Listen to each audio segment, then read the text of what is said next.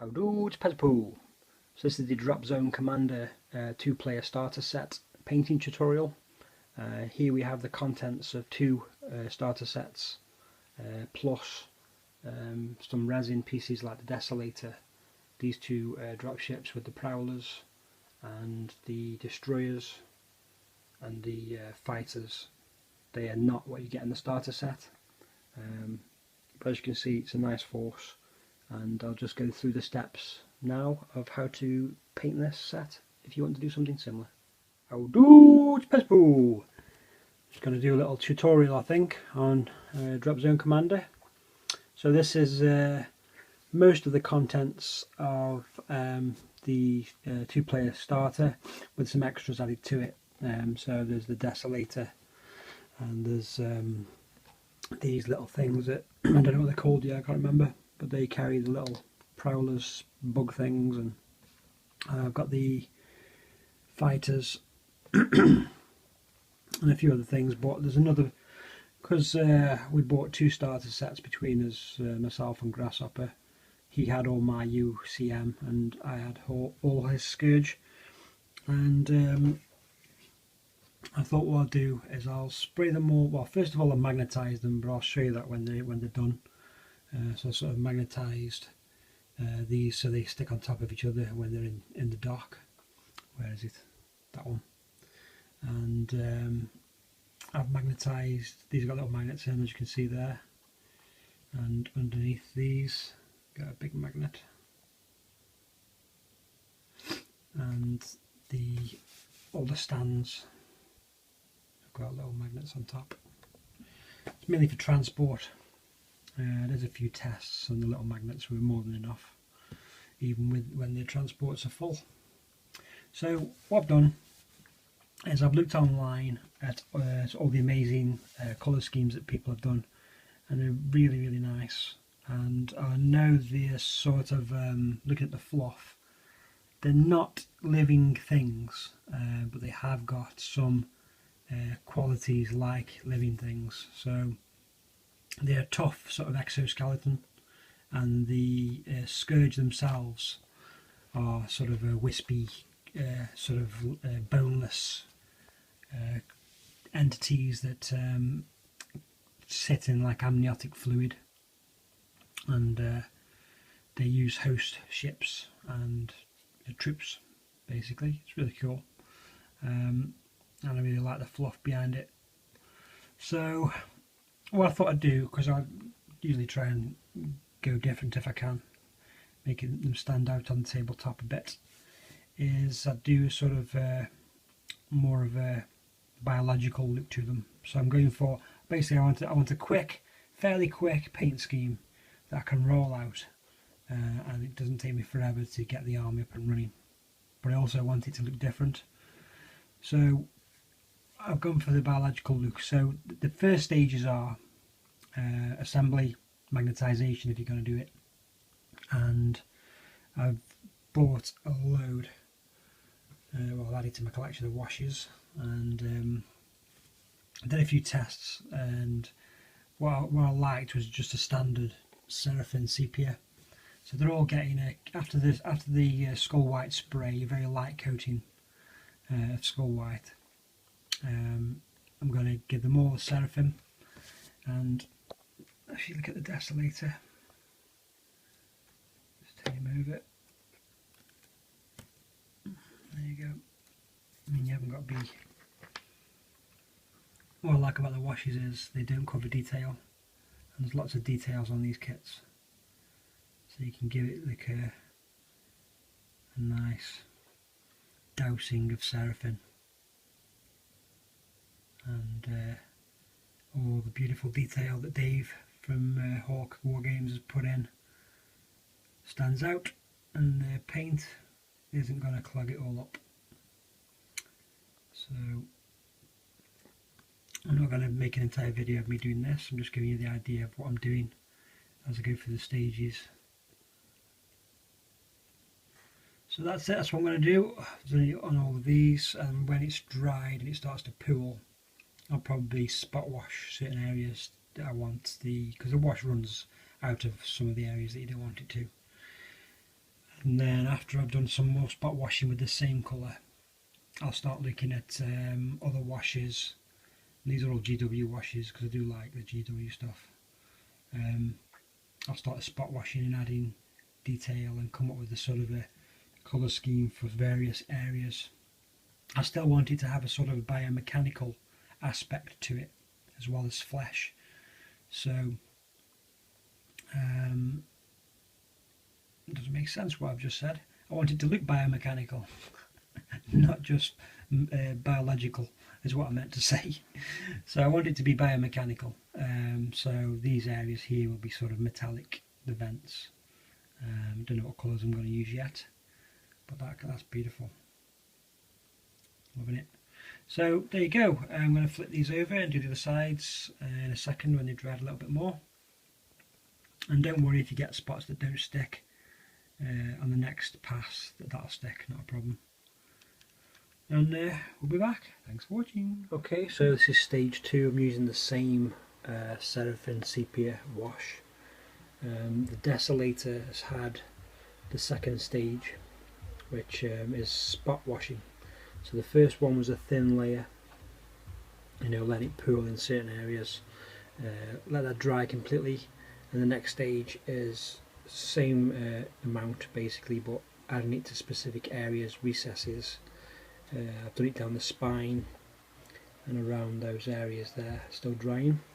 If you look at the transport, when it's got the first layer on it, it's sort of uniform, which is the effect that you're after. And then this is the next stage, the same as the Desolator, where I've spot washed. So I'll just give you a quick demo. That's obviously, this tutorial's for people who've never done this kind of painting with washes before. So you're just going down the spine, for example. Don't be scared, let it pool. And then around these details here, around by where the sensor array is. It's quite difficult to paint when it's rocking about all over the show, but it's just to give you a basic idea. And then around here, just letting it pool in the recesses. So you're leaving the sort of top edges, any sort of details you're just spotting just to bring them out. And then let it dry and see what it looks like. The beauty of this is if you build it up in layers, if you're not happy with it, you can just add a different colour or add some more wash to it. And that's it. On this one I've done in there, and I'll do around these areas, leaving the centre part to be lighter. You get the idea. I'll do the same with all these, and then we'll come back.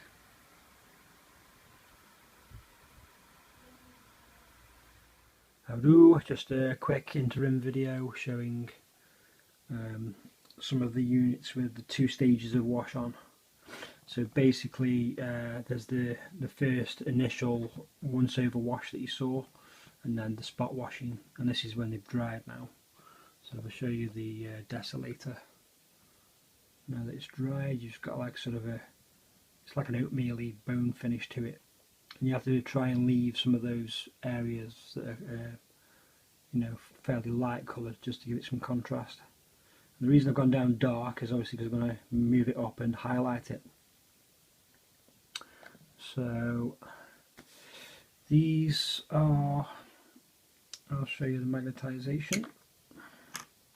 So they come off the base for storage, as we know, and these, although they do sit in the racks, I've magnetised them just to give them a bit more coherency, and they're in there. And these I've all got the first stage wash on, and I've also, this little tip for you, don't take your troops off the sprues, just cut the piece of sprue and then you can paint them quite easily. And And all I'm going to do, these have got the first stage of wash on them, and then I think I'm just going to do like a red coloured coat and maybe a black respirator and weapon. I'm not sure yet what I'm going to do with the helmets. They've got like sort of the red optics. See if I can zoom in on one. Come on, zooming. There you go. See there, they've got 3 sort of lumps like the red optics that the ships have got. So I like them. I think there's just enough detail that when you go look at them from a distance, they're going to look quite good on the table. So I don't want to go too mad, and I'm not going to go wash mad on them, because it's a different style of painting when you're doing this scale of figures. Excuse the wash all over my fingers. So you got these guys, and these are like, I think they're called destroyers, and these are an alien race that the Scourge have enslaved because they're quite beastie, and they're sort of the close assault beasts. Clearing buildings. I've got, this is the pack, I think it's £9. You get 4 trays, 4 bases, and they can go in the each starter set has 1 extra APC in it, because there was just room. He said that Dave said there was just room in the on the sprue, so rather than just leaving it blank, they filled it with an APC, which just goes to show you the mindset and the ethos behind the company and how far removed it is from certain other companies. So I thought that was cool, and they because obviously we've got 2 starter sets worth of Scourge here, plus a few extras that I bought. I've got 2 free APCs, so it made sense to get the squad. I think two bases go in 1 APC. They'll go in there. When you do configure, if you're building the Scourge transports, I found it easier to glue in and press in the slats first and the side piece, and then attach it to the base last. And you do so many, half with the 3 for the fighters and for the tanks and the anti-air. Sorry, and you do half with the 2 slots for the APCs. So as you can see there's just variation in tone, which is all we're after at this stage. Doesn't matter if you get a few blobs. It doesn't. You're not going to be fussy. You don't want it to look, if you're going for sort of an organic look to it, you don't want it to be too uniform. So you just blast it on, and it's really quick.